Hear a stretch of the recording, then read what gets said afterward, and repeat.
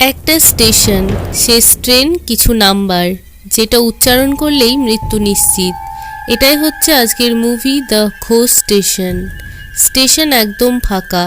একটা ছেলে শেষ ট্রেনটা ধরবে বলে এসেছে, কিন্তু একটা অদ্ভুত মেয়ে যাকে দেখে মনে হচ্ছিল সে অনেকটাই ড্রিঙ্ক করে ফেলেছে। হঠাৎই মেয়েটা সেখান থেকে উধাও হয়ে যায়। ছেলেটা মেয়েটাকে খুঁজছিল, ঠিক এমনই সময় একটা ট্রেন এসে দাঁড়ায়।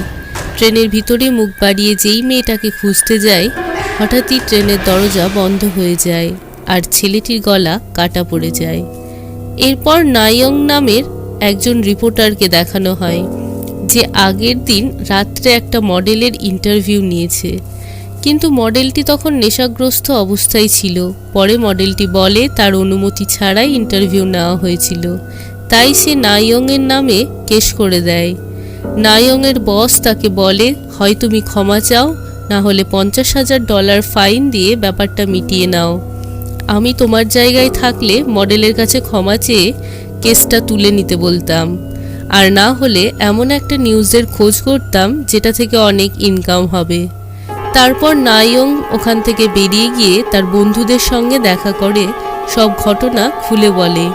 ওরা অক্সু স্টেশনেই কাজ করত। তখনই তার এক বন্ধু ইউন আগের দিন রাত্রে ট্রেন অ্যাক্সিডেন্টে মারা যাওয়া একটা লোকের ঘটনা বলে, যে লোকটিকে সে বারবার বলা সত্ত্বেও রেল লাইন থেকে সরেনি। রেল লাইনের পাশে একটা বাচ্চাকেও দেখতে পাওয়া যায়। আর এই ঘটনাটা শুধু সেই না, আরেকজনও দেখেছে, তাদের ইনস্ট্রাক্টর ইয়ম। নায়ং ইনস্ট্রাক্টর ইয়মের ইন্টারভিউ নিতে যায়। জিজ্ঞেস করে সেদিন ওখানে কোনো বাচ্চা মেয়েকে দেখেছিল কিনা। ইয়ম বলে হ্যাঁ, বাচ্চাটির নাম 12-11। নায়ং খুব অবাক হয়ে যায় কারোর নাম কোনো সংখ্যা দেখে, আর তখনই ইয়মের হাতে একটা কাটা চিহ্ন দেখতে পাওয়া যায়। নায়ং সেখান থেকে বেরিয়ে এসে তার বন্ধু ইউনের কাছে সেদিনের সিসিটিভি ফুটেজ চায়। ইউন খুব গোপনভাবে ফুটেজটা দিয়ে দেয়। ইউন বলে, আমি আসার সময় কন্ট্রাক্টরকে স্টেশনে দেখলাম, সে পাগলের মতো করছিল। নায়ং তাড়াতাড়ি সেই স্টেশনে গিয়ে কন্ট্রাক্টরের ইন্টারভিউ নেয়, কিন্তু অফিসে এসে জানতে পারে নায়ংয়ের ইন্টারভিউ নেওয়ার আগেই কন্ট্রাক্টর মারা গিয়েছিল। আর সিসিটিভি ফুটেজে দেখা যায় যেখানে বসে ইন্টারভিউ নিচ্ছিল সেখানে কেউই ছিল না। ইতিমধ্যে ইউনের দেওয়া ফুটেজের আর্টিকেলটা পাবলিশ করতেই ভাইরাল হয়ে যায়। আর সেই দিন রেল লাইনে যে লোকটি মারা গিয়েছিল তার বোন নায়ংয়ের সঙ্গে দেখা করতে চায়। নায়ং মেয়েটির বাড়িতে এসে দেখে এই মেয়েটি সেই মেয়েটি যে কন্ট্রাক্টরের ইন্টারভিউ নেওয়ার সময় তার পাশ কাটিয়ে চলে গিয়েছিল। মেয়েটি বলে অক্সু স্টেশনটা হওয়ার সময় একটা কুয়োকে বন্ধ করে দেওয়া হয়, আর স্টেশনটা যেদিন ওপেন হয় তার আগের দিনই আমার বাবা ওখানে পড়ে মারা গেছে। আমি আমার ভাই সবটা দেখেছি, কিন্তু আমার খুব একটা ভালো করে কিছুই মনে পড়ে না। কুয়োটার কথা আমি বারবার মনে করার চেষ্টা করি, কিন্তু আমার কিছুই মনে পড়ে না। আমার ভাই হয়তো ওই কুয়োটাই খুঁজতে গিয়েছিল। নায়ং বলে, আমি একটা জায়গা জানি যেখানে ইন্টারনেট আসার অনেক আগেকার তথ্য সংগ্রহ করে রাখা আছে। সেখানে সার্চ করে নায়ং দেখে সত্যি একটা কুয়ো, আর তার পাশেই একটা অনাথ আশ্রম ছিল। ছবিটা যখন ওই মেয়েটিকে পাঠায়, মেয়েটি বলে আমার যেরকম মনে পড়ে ঠিক সেই রকমই এই ছবিটা, কিন্তু অনাথ আশ্রম সম্পর্কে আমার সেরকম কিছুই মনে নেই।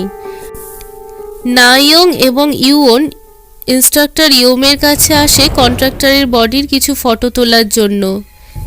ইনস্ট্রাক্টর ইয়ম কন্ট্রাক্টরের হাতের আঁচড়ের চিহ্ন দেখিয়ে বলে, এই স্টেশনটি যেদিন থেকে তৈরি হয়েছে যাদের হাতেই আঁচড়ের চিহ্ন দেখা গিয়েছে তারাই এই স্টেশনে মারা গিয়েছে। তখনই আচমকা ইউন খেয়াল করে ইনস্ট্রাক্টরের হাতেও ঠিক একই রকম চিহ্ন। পরের দিন নায়ং এর অফিস কলিগ জানায় তার আর্টিকেলের ভিউ 1 মিলিয়নেরও বেশি হয়ে গিয়েছে, আর সেখানে সবাই গিয়ে সেলফি নিচ্ছে। সেলফিতে দেখা যায় প্রত্যেকের হাতে, এমনকি সেই মডেলের হাতেও সে একই রকম আঁচড়ের চিহ্ন। ইউন দেখে বন্ধুর হাতেও একই রকম আঁচড়ের চিহ্ন। ইউন বলে, তুমি স্টেশনে সেলফি তুলে ইনস্টাগ্রামে পোস্ট করেছিলে তাই না? তার বন্ধু বলে, সেটা তো মজা করে করেছিলাম, কিন্তু আমার এই আঁচড়ের সংখ্যা আস্তে আস্তে বাড়তেই থাকছে। তারপরেই স্টেশনের বাথরুমে মডেলটির মৃত্যু হয়। চিৎকার শুনে ইউনের বন্ধু যখন সেখানে যায়, তারও ওখানেই মৃত্যু হয়। সেখানে বোঝা যায় যাদের শরীরে ওই আঁচড় ছিল একে একে তারাই মারা যাচ্ছিল। নায়ং যখন ইউনের সঙ্গে দেখা করতে আসে, ইউন কাঁদতে কাঁদতে বলে, আমি যখন সিঁড়ি দিয়ে নামছিলাম একটা বাচ্চা দাঁড়িয়েছিল, গায়ে একটা নাম্বার ছিল, যেটা উচ্চারণ করতেই আমার হাতেও একই রকম আঁচড় হয়ে গেছে। এবার আমিও মরে যাব। ইউন স্বপ্নে বারবার সে একই কুয়ো দেখতে পায়। নায়ং এবং ইউন সেই মেয়েটির বাড়িতে আসে। সেখানে তার ভাইয়ের মোবাইল থেকে সেদিনের করা ভিডিওতে দেখে একটা সুড়ঙ্গ, আর তার ভিতরে কিছু হাড় পড়ে আছে। তারা সঙ্গে সঙ্গে সেই প্ল্যাটফর্মে সুড়ঙ্গের খোঁজে বেরিয়ে যায়। সেখানে তারা সুড়ঙ্গের ভিতরে ঢুকে ভিডিও করার চেষ্টা করে। ক্যামেরার ফোকাসটা বারবার একটা জায়গায় আসছিল। এই দেখে ইউন বুঝতে পারে তাদের সামনে কেউ আছে। তারা সেখানেই সে হাড়গুলো দেখতে পায়, আর সঙ্গে সঙ্গেই সেই বাচ্চাগুলোর আত্মা তাদের সামনে চলে আসে। নায়ং বলে, তোমাদের আসল সত্যিটা আমরা সবার সামনে নিয়ে আসব। কিন্তু বাচ্চাগুলো খুব রেগেছিল, তারা চিৎকার করছিল। পরের দিন নায়ংয়ের বস বলে, অক্সু স্টেশনের ঘটনার আর্টিকেল লিখতে তোমাকে বারণ করেছিলাম, তুমি তাও লিখেছো, তাই তোমাকে সাসপেন্ড করে দেওয়া হলো। এদিকে ইউন স্টেশনে ইন্সট্রাক্টর ইউমকে দেখতে পায়, কিন্তু আশ্চর্যজনক ঘটনা হলো ইন্সট্রাক্টরের হাতের আঁচড়ের চিহ্ন মুছে গিয়েছে।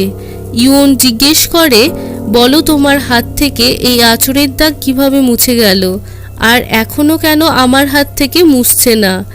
ইন্সট্রাক্টর ইউম বলে, আমি এটা অন্য কাউকে দিয়ে দিয়েছি। আর তখনই আরেক দিকে দেখানো হয় সেই মেয়েটির হাতে একই রকম আঁচড়।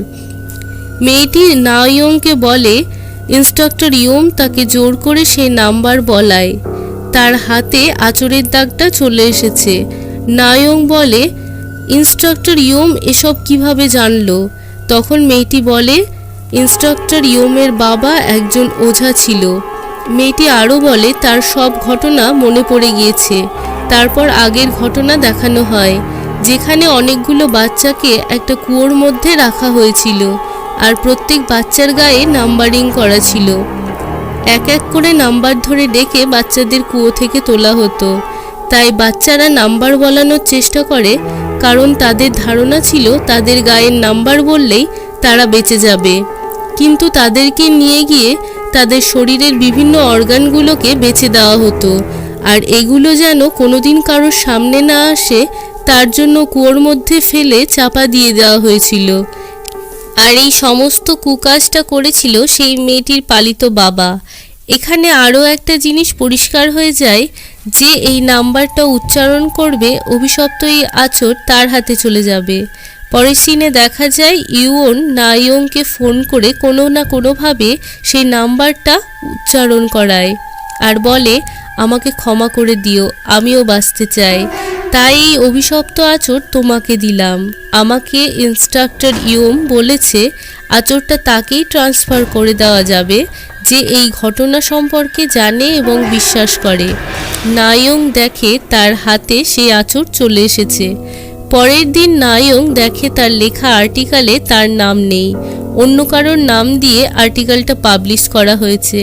আর নায়ংয়ের কাছে একটা ফোন আসে, তার বস তাকে চাকরি থেকে রিজাইন করতে বলে।